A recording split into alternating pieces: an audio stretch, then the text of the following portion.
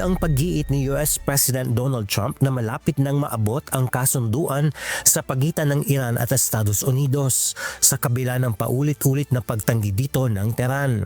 Ayon kay Trump, ibang grupo na ng mga tao ang kausap ng Amerika para sa negosasyon dahil nagkaroon na umano ng pagbabago sa pamunuan ng Iran.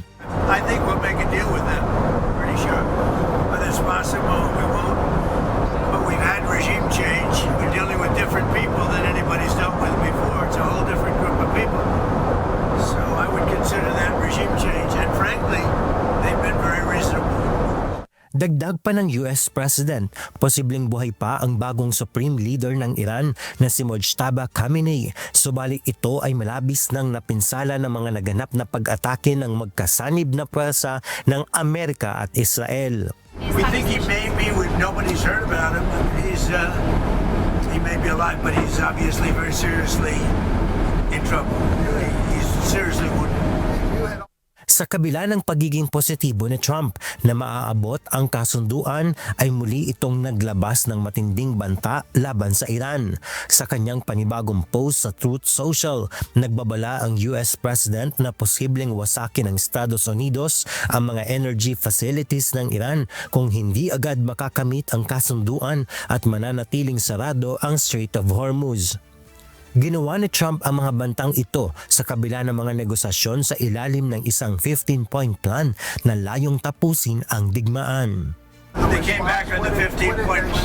They gave us most of the points. Why wouldn't they? Well, they're agreeing with us on the plan. I mean, we asked for 15 things, and for the most part, we're going to be asking for a couple of other things. Bukod sa mga energy facilities at iba pang infrastruktura ng Iran, nagbabala rin si Trump sa posibleng pag-target sa Karg Island na isang napakahalagang export hub ng langis ng Iran. Ang Karg Island ang pangunahing daanan ng mga inilalabas na langis ng Iran sa pandaigdigang merkado at tinatayang halos 70% ng kanilang export ay dumadaan dito. Kapag nakontrol ito, maaaring malimitahan ang kakayahan ng Iran na magbenta ng langis, na magdudulot ng malaking dagok sa kanilang ekonomiya at magpapahina sa kanilang pinansyal na suporta sa digmaan.